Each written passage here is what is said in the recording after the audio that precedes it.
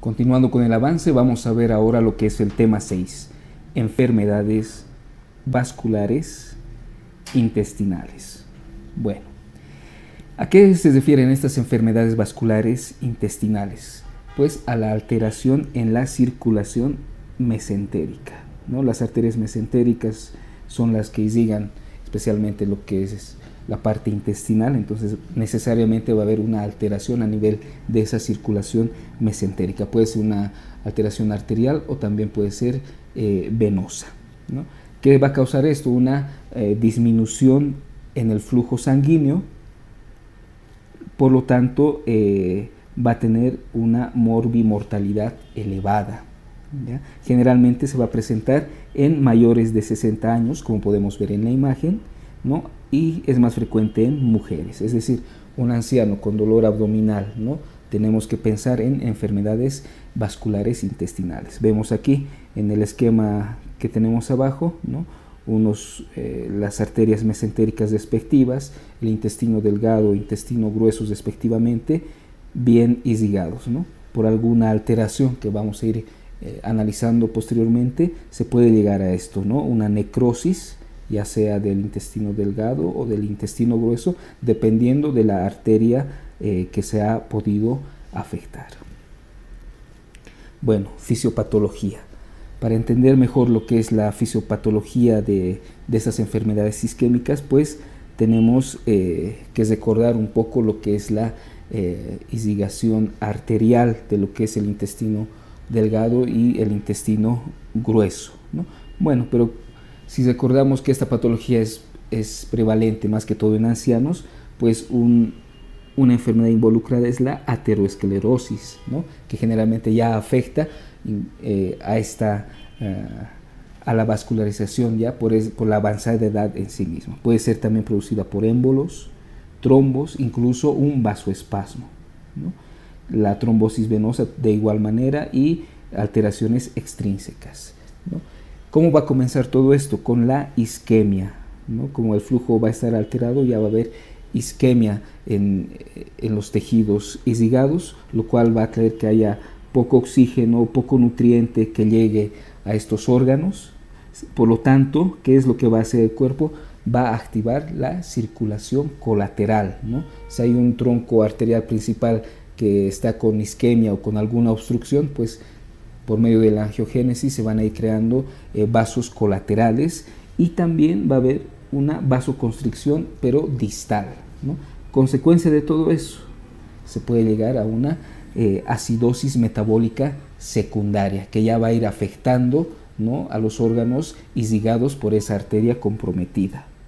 Y como último eslabón se va a tener la lesión de la mucosa intestinal, ¿no? Esa mucosa intestinal es la más susceptible a sufrir los primeros cambios debidos a esta isquemia, ¿no? Y pues bueno, tenemos aquí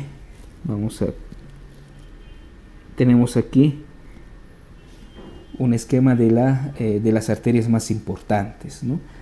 Esta es la arteria mesentérica superior, que como estamos viendo irriga principalmente la parte derecha de lo que es el intestino grueso y de igual manera el intestino delgado. Luego tenemos lo que es la arteria mesentérica inferior, ¿no?, que irriga lo que es la parte izquierda del intestino grueso, ¿no?, y de igual manera del intestino delgado, el yeyuno y el ileo, ¿no? Y bueno, si recordamos, por encima de estas se encuentra lo que es el tronco celíaco con sus tres ramas, esplénica, gástrica y hepática, ¿no? Entonces, esos tres vasos son los principales: el tronco celíaco, la arteria mesentérica superior y la arteria mesentérica inferior, ¿no?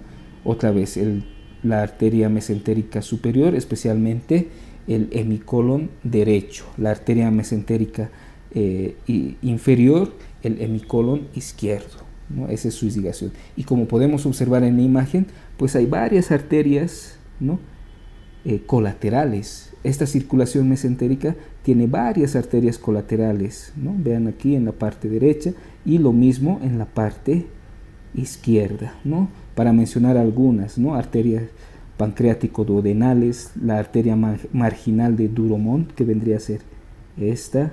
Luego tenemos el arco desviolano, este arquito que se forma ahí, arterias tortuosas, hipogástricas, las arterias para la sed arterial hemozoidal, ¿no? Entonces, vemos esas características de las arterias principales: arteria mesentérica superior, lado derecho; mesentérica inferior, lado izquierdo, yayuno ilion, y el tronco celíaco con sus 3 ramas respectivas. Y alrededor de estas, mucha circulación colateral, ¿no? Un estudio que nos va a permitir identificar todas estas ramas, pues va a ser la angiografía mesentérica. Bueno, entonces, si la obstrucción de cualquiera de esas arterias que hemos visto va a ser una obstrucción crónica, generalmente el organismo va a tolerar bien esa obstrucción. ¿Por qué? Porque va a empezar a crear redes colaterales, ¿no?, que van a compensar la isquemia. Pero ¿qué es lo que va a pasar si la obstrucción va a ser una obstrucción aguda, inmediata? Pues si el paciente en ese momento sí va a sentir los efectos de la isquemia, especialmente a nivel intestinal. ¿Por qué? Porque no le da tiempo a crear esas colaterales arteriales, ¿no? También juegan papel algunos vasodilatadores esplágnicos, como el óxido nítrico, el glucagón, el péptido intestinal vasoactivo, ¿no? También la vasopresina, pero ya no como vasodilatador, sino como vasoconstrictor, ¿no? Bueno, toda necrosis en la pared, es decir, primero hay isquemia, esto puede evolucionar a necrosis.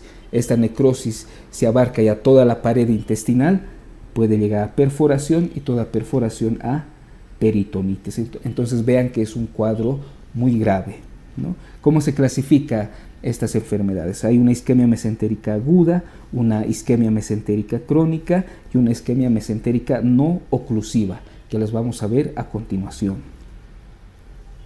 Empezamos con la isquemia mesentérica aguda, es decir, sucede rápidamente, ¿no? ¿Qué mecanismos tenemos? El embolismo arterial que viene desde el corazón, un embolismo arterial cardiogénico. La enfermedad más representativa vendría a ser la fibrilación auricular, ¿no? Y la arteria a nivel mesentérica más afectada por este embolismo vendría a ser la arteria cólica media. Luego tenemos también la trombosis arterial, ¿no?, en menor frecuencia, ¿no? Y pues generalmente afecta el lugar de origen de la arteria mesentérica superior, ¿no? Entonces, para resumirlo un poco más, una isquemia mesentérica aguda, tenemos que pensar en primer lugar en un embolismo arterial y auscultar al paciente para ver si es que no tiene una fibrilación auricular. Tenemos en esta imagen, ¿no?, los 3 efectos: lo que es la trombosis arterial, el embolismo arterial, que vendría a ser el más importante, y también la trombosis venosa, pero en mucho menor frecuencia. Bueno, clínicamente, ¿qué nos va a presentar? Entonces, imaginémonos el cuadro clínico, ¿no? Un paciente generalmente anciano o una anciana. ¿Cómo va a venir este paciente? Con dolor abdominal muy fuerte. Se va a presentar con un dolor abdominal muy fuerte en las salas de emergencia de este anciano, ¿no? Nosotros le colocamos en la camilla para realizar la anamnesis y exploración física, y en la exploración física, ¿qué vamos a encontrar? Pues no vamos a encontrar muchos datos, no va a haber mucho dolor a la palpación superficial ni profunda, ¿no? Le realizamos un Bloomberg, no va a salir negativo, buscamos algunos puntos dolorosos y no. Entonces nosotros podemos pensar que no concuerda, el paciente se queja de mucho dolor, ¿no?, pero a la exploración física parece no presentar datos de gravedad. Es lo que se llama que este dolor abdominal es desproporcionado a los hallazgos del examen físico, ¿no? Entonces es importante tener esto en cuenta. ¿Por qué? Porque a medida que pasa el tiempo, ¿no?, a medida que hay esa isquemia a nivel intestinal, esto puede empezar a producir necrosis de la mucosa, luego de la submucosa, muscular, hasta pasar a todas las capas intestinales. Se perfora esto y puede producir peritonitis y incluso la muerte del paciente. Y esto, una vez iniciado toda esta cascada, igual se llega rápidamente al deceso del paciente. Entonces, ¿por qué es importante esto? Pues podemos pensar que este paciente no tiene datos de irritación peritoneal o tal vez está exagerando, entonces dejarlo solamente con observación y darle un analgésico, entonces dejamos pasar tiempo importante, ¿no? Entonces, por eso tener en cuenta este dolor abdominal severo desproporcionado al examen físico, ¿no? Como clínica importante a tener en cuenta al atender a estos pacientes. El tratamiento, lo primero que se tiene que hacer en estos pacientes es estabilizarlos, ¿no? Estabilizarlos. Si el estado general de este paciente lo permite, podemos ayudarnos con una angiografía mesentérica para encontrar la arteria afectada, ¿no? Si el mecanismo ha sido un embolismo, pues tendremos que realizar una embolectomía, ¿no? Y extirpación del intestino no viable. Vemos en la imagen, ¿no? Miren, esta parte es el intestino que no está afectado, es de una coloración rosada, ¿no? Pero miren esta otra, ¿no? Toda esta parte intestinal ya está necrosada, ya toda la pared, las paredes, las capas de la pared intestinal están comprometidas, y miren que es en una gran longitud. Hay que extirpar todo ese intestino que ya no es viable, ¿no? Y todo esto se ha producido por un pequeño émbolo en alguna arteria, puede ser la mesentérica superior o inferior en este caso, ¿no? Todo lo que causa peritonitis es motivo de cirugía, ¿no? Si la causa ha sido trombótica, generalmente se utilizan las revascularizaciones, ¿no? Especialmente se utiliza para esto lo que es la safena, ¿no? Y algo importante, si la trombosis aún no tiene necrosis, a veces es posible tratar a estos pacientes mediante anticoagulación y vasodilatadores solamente. Bueno, ahora vamos a ver lo que es un poco la isquemia mesentérica crónica, ¿no? Hablar de isquemia mesentérica crónica es relacionarla con lo que es la arteriosclerosis. En gran número de pacientes que tengan isquemia mesentérica crónica está relacionada con esta aterosclerosis, ¿no? ¿Qué sucede en esta patología? Va a haber si vemos en la imagen, va a haber una oclusión parcial, ¿no? Una placa ateromatosa que va a ocluir parcialmente el vaso sanguíneo, ¿no? Se van a crear vasos colaterales para evitar esa isquemia aguda, ¿no? Por lo tanto, el paciente puede estar asintomático gracias a esta red colateral de vasos sanguíneos. Pero, ¿qué es lo que sucede cuando nosotros comemos? Pues exigimos más a lo que es el aparato digestivo, ¿no? Por lo tanto, a la circulación mesentérica propia, ¿no? De los intestinos delgado y grueso. O sea, y esto donde se ve, como les decía, después de las comidas, en el periodo postprandial, ¿no? Si el paciente cuando no está comiendo está asintomático, esto es gracias a las colaterales, pero después de comer, donde el cuerpo necesita más de la circulación mesentérica, de la función del intestino delgado, función del intestino grueso, es ahí donde se va a sentir, donde el paciente ya siente la isquemia, ¿no? Que tiene, ¿no? Por lo tanto, va a haber un dolor postprandial. Un dolor postprandial, es decir, come el paciente y le empieza a doler. Esto 1 o 2 horas después de la ingesta empieza a sentir ese dolor. Por lo tanto, el paciente se da cuenta de esto y generalmente ya tiene miedo a comer, ¿no? Y ese miedo a comer se denomina citofobia. Citofobia, entonces, miedo a comer. Por lo tanto, el paciente comerá muy poco, ¿no? Porque cada vez que come le duele.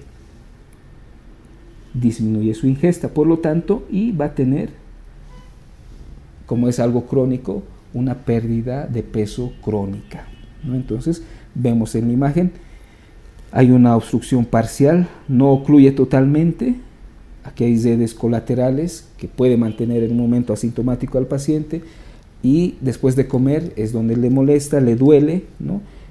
Y como vemos aquí en la imagen, tiene miedo a comer el paciente con la disminución de peso. Bueno, tratamiento. El tratamiento puede ser una endarterectomía o también puede ser una derivación con injerto, ¿no? O sea, procedimientos quirúrgicos. Si el paciente tiene alto riesgo quirúrgico, se prefiere lo que es la angioplastia y las endoprótesis, ¿no? Que están generalmente en aumento las endoprótesis, ¿no? Una falla técnica dentro de estas endoprótesis es el síndrome de compresión de la arteria celíaca, ¿no? Es una de las principales fallas técnicas en estos procesos endoprotésicos, ¿no? Podemos observar aquí, ¿no? La imagen, ¿no? De una arteria. Vean este segmento que se encuentra estenosado, ¿no? De igual manera. Bueno, vamos a hablar ahora de otra patología, es la isquemia mesentérica, pero no oclusiva. Es decir, no hay émbolos, no hay trombos ahí, ¿no? Y es más, los vasos pueden estar normales, pero lo que causa esta isquemia mesentérica no oclusiva es la vasoconstricción, una vasoconstricción prolongada, ¿no? Entonces, ¿en qué tipo de pacientes se puede dar esta isquemia no oclusiva? En pacientes que estén consumiendo fármacos vasoconstrictores, en pacientes que tengan bajo gasto cardíaco, es decir, en pacientes con insuficiencia cardíaca, sepsis, en pacientes que tengan hipotensión, hipovolemia, ¿no? Se puede dar este tipo de isquemia mesentérica. Los alcaloides, la cocaína, ¿no? La cocaína es un potente vasoconstrictor, intoxicación digitálica también pueden dar estos datos. La clínica, muchas veces solamente el paciente acude por dolor abdominal sin ningún otro síntoma acompañante. Generalmente es un dolor intenso y la localización puede ser variada en varios lugares, ¿no? Y también una intensidad y tipo variable, o sea, es un dolor abdominal ahí un poco muy variado, atípico. Y algunos pacientes no presentan dolor abdominal. En este caso pueden llegar a tener lo que es distensión progresiva y acidosis solamente, ¿no? Pues la acidosis y distensión progresiva de igual manera pues nos tienen que indicar la posible presencia de un infarto intestinal. Bueno, el tratamiento. Mediante lo que es la angiografía, en la angiografía se va a poder observar lo que es la compresión del tronco celíaco en la inspiración profunda, con dilatación postestenótica, ¿no? Es lo que se va a poder ver en la angiografía de estos pacientes. Como tratamiento se debe corregir el mecanismo desencadenante. Si es producido por un fármaco, eliminar ese fármaco. Si tiene una patología como insuficiencia cardíaca, por ejemplo, corregir la insuficiencia cardíaca, ¿no? También reperfundir al paciente. También se puede utilizar lo que es la cateterización arterial selectiva, infusión de papaverina, que es un vasodilatador, y valorarlo continuamente al paciente. De manera resumida, esa vendría a ser ese tipo de isquemia no oclusiva. Otras causas de isquemia intestinal, tenemos ahí el síndrome de compresión del tronco celíaco. ¿Quién comprime este tronco celíaco? Generalmente es el mismo diafragma. Se presenta en mujeres jóvenes entre 20 a 40 años. Otra causa vendría a ser la isquemia visceral aguda. Generalmente esto se da en cirugías aórticas, en ligaduras de la arteria mesentérica inferior, en pacientes con disección aórtica, en reparaciones de coartación de aorta. Todas estas enfermedades pueden llegar a una isquemia visceral aguda. Las arteritis también son otras causas de isquemia intestinal, ¿no? Pueden ser arteritis mesentéricas, arteritis por radiación, y también los émbolos de colesterol que llegan a esta circulación mesentérica. Bueno, estudios de imagen. ¿Qué estudios de imagen nos van a poder ayudar a llegar al diagnóstico? Tenemos, por ejemplo, una radiografía simple de abdomen. ¿Qué es lo que vamos a poder observar ahí? Un edema a nivel de la pared intestinal, incluso lo que se denomina neumatosis intestinal, ¿no? Neumatosis, nos imaginamos que esa pared intestinal está isquémica, ¿no? Se va debilitando paulatinamente, entonces entre las capas que conforman esta pared pues se va a introducir un poco de aire, ¿no? Esto sucede generalmente antes de la perforación, y a la radiografía esta neumatosis intestinal se va a poder observar como un doble contorno. También puede haber neumatosis a nivel portal, ¿no? Y son datos que nos indican un infarto intestinal. El enema con bario está contraindicado, pues dificulta lo que es la visualización con angiografía y también dificulta la revascularización. Entonces, el enema con bario está contraindicado en este tipo de pacientes con isquemia intestinal.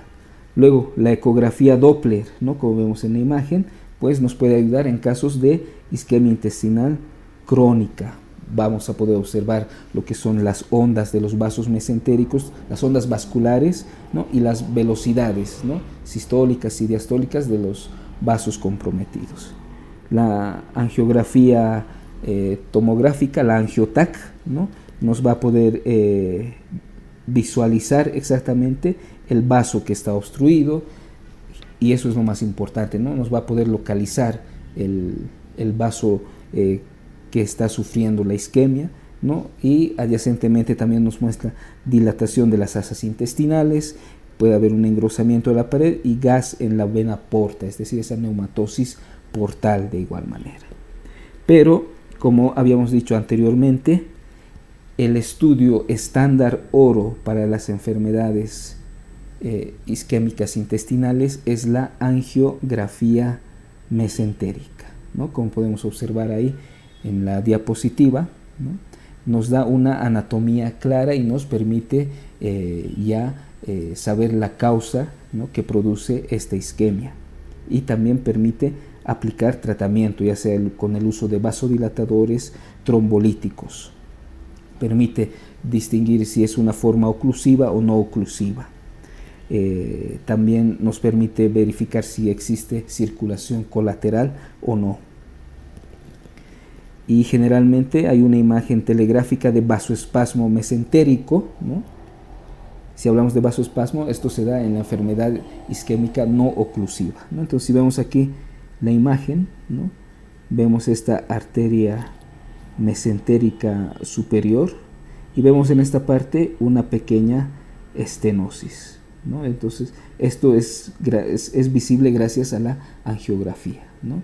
Y con esta misma angiografía, en este sector, ¿no? Han puesto un stent para dilatar esa región estenosada y así otra vez el flujo sanguíneo se recupere.